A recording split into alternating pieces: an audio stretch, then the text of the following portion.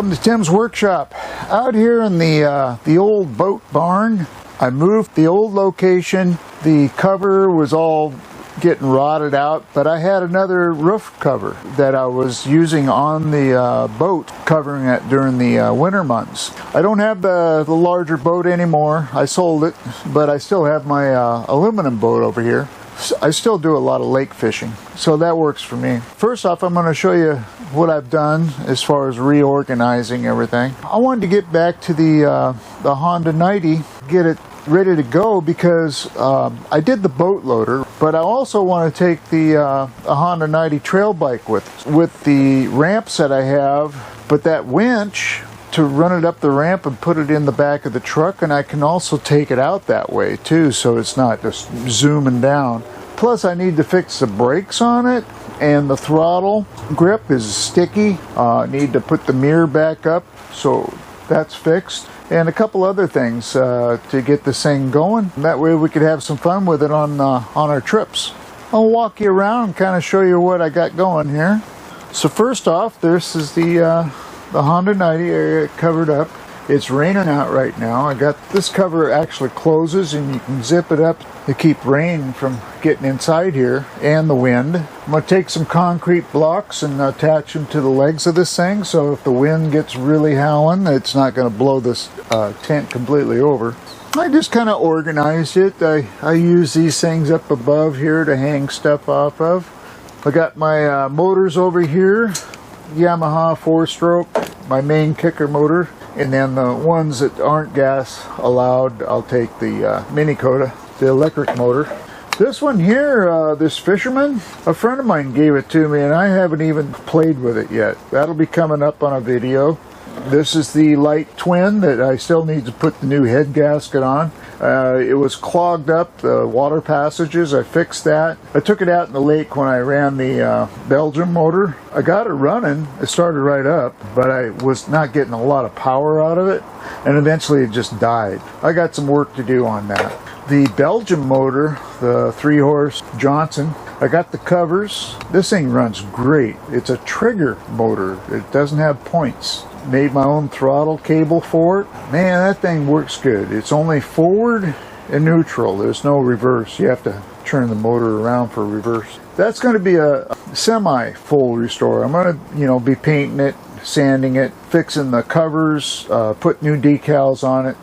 And same way with the light twin. If I can get it running decent, I'm not going to bother with it if I can't get it running better. And this is the 10-horse Johnson. It has good compression. There were some things that needed to be fixed on it. I haven't even put it in the barrel to even run it yet, so that'll be coming up. A continuation of the videos I already started on it. I got all the tins, the fan housing for the Volkswagen motor. I got to go through all that. This muffler, I don't know, for getting it started to see if it runs without it being super loud, this will work. But as far as the restore on it, I'm going to replace it with a new one. They don't cost that much anyway. Got the Honda uncovered here, and the first thing I wanted to do is charge up the battery yesterday, so I left it on charge all night long. It's a 6-volt battery. I'm using my NoCo battery charger. I got my light hung up here that I was talking about earlier. It works pretty good, but you can see it's green. It's on 6 volt, so the battery's all charged up now. I took the handle grip off yesterday. You can see why it wasn't moving very good. It's got all this grease all over it. So I'm going to take some brake clean and clean all that grease out of there. The only thing you need to do is run chain wax down the cable, so it lubricates the cable. See the pass here, your handle grip, I don't know if you could see it, but it has that raised area that's slanted all the way down, and when you turn this, it moves this cable back and forth. See that? That's how it works. This piece here is kind of sticking up, but kind of keeps the guide in place when you put your grip back on there. So that's how that works. So we're going to get all that cleaned up. I got the carburetor, the breather hose to put back on. The last video I did on this bike, I cleaned the carburetor and fixed the leak that I had on it. So we'll get all this stuff back together, get the mirror put back together the way it's supposed to be. It's missing a bolt.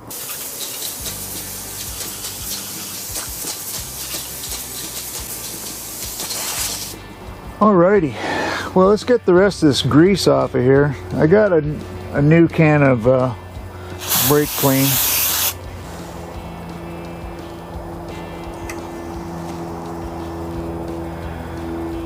This piece is broken, but it'll still work. If not, I'll have to see if I could find another one. What's weird about this is it has a wire to a ground location in here, and the wire's like cut off. So I don't know what that was for. There's a hole here too that the wire probably went through. Something else to figure out, I guess. Well, I got that cleaned up, so we'll put this back together. I need to clean this out.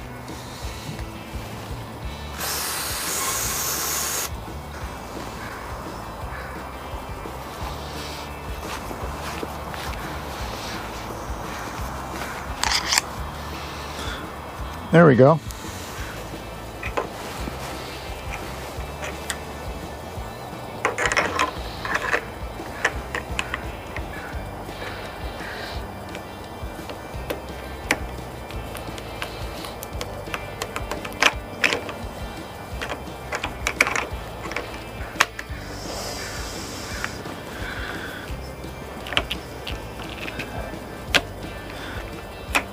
Okay, now the top part.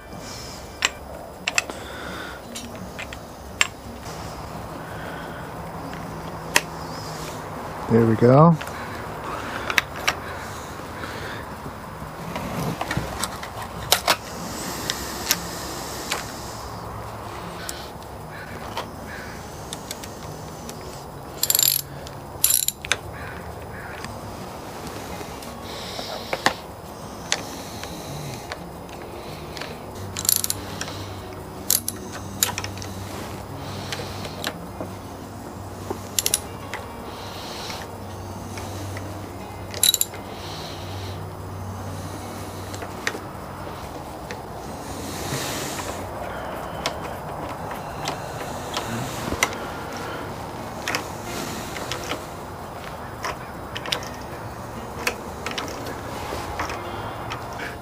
Yeah, so it needs to spray. It's actually worse now, it just stays by itself. So the reason it's doing that is because the cable that's going down to the throttle has got gunk in there. The spring is supposed to put enough tension on it, right, that it should just pop back just like that by itself. And this is the bolt that screws it on. But you got to keep all this stuff together. Pretty close, pretty close. What I'm going to get is a WD-40 chain lubricant and spray it down the tube and try it out, see how it works. I think I'll go ahead and hook up the carburetor and the breather hose. All right, well, I put the carburetor back on. Now, it doesn't take a gasket. What it takes is a O-ring. I believe that's a new O-ring I put in when I had the rebuild kit for this. For the most part, I didn't have to replace anything except for a couple things. It was leaking out of here, so I replaced the gasket that's underneath there. But that was the main spot it was leaking from, is the bowl cover. I got the nuts on here. I carefully take them off without dropping them in that case there. So I think what we want to do first, though, is get this on first. Let's see, that goes, yeah.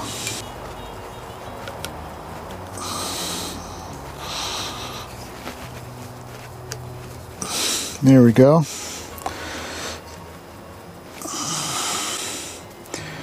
Put the spring on there. Uh-oh. Okay. This thing's all wrapped with tape, so It looks actually pretty good, so I think we're okay there. Turn this around so it's facing the right way. Get this up on the spot it goes. I think that might be good enough. There we go.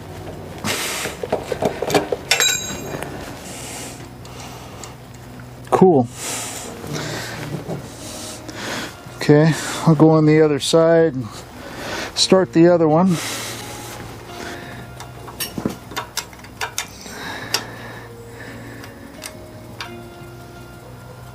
Okay, don't over tighten it.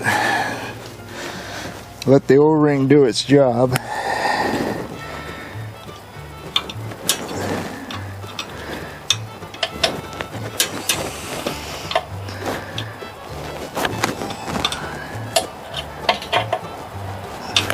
Okay,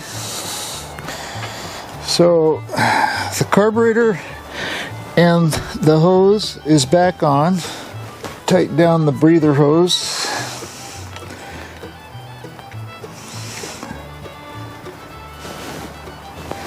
Okay, and then keep a bee or something from flying into the hole where the throttle goes, the throttle spring. We'll just put that in there for now and just keep bugs from crawling in there, spiders. And then the fuel lines, you know, this one has fuel in it. This is the auxiliary. So I can't remember which one's which. Okay, so the top one is close, the middle one is reserve, and that one is open. So I think the open one goes here, and the reserve goes on the top. I'm definitely going to probably get gas on myself. This is the proper tie strap. So the top one is reserve, and that one's the one that's got fuel in it. I just hope I have it hooked up right. If not, we'll have to redo it, which is no big deal. And this is the gun for tie straps.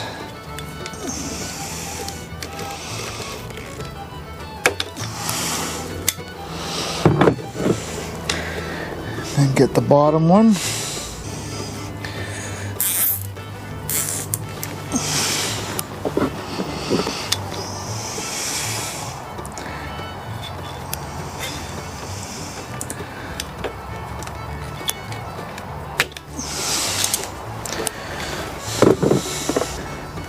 And there we go.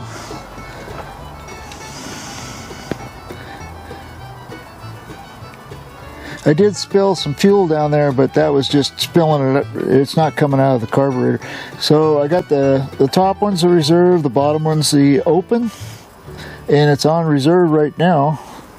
So I guess we'll close it for now. Okay. So next, I have the stand. And we're going to get this under there.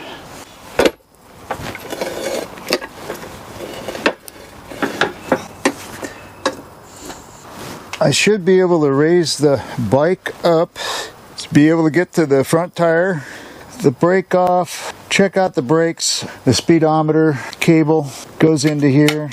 Actually, it goes into the other side. Yeah, goes in there. All right, well, that's it for now. The wheel will be next.